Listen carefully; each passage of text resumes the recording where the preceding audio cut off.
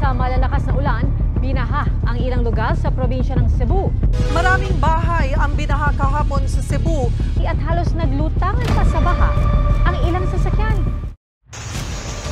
Isa ang daan na ito sa barangay San Jose, Cebu City ang nakaranas ng pagbaha kahapon matapos bumuhos ang malakas na ulan.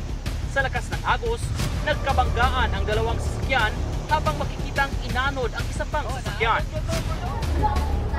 Halos lumutang na rin ang mga sasakyan sa parking lot ng isang mall sa Cebu City ilang oras matapos bumuhos ang ulan noong Lunes.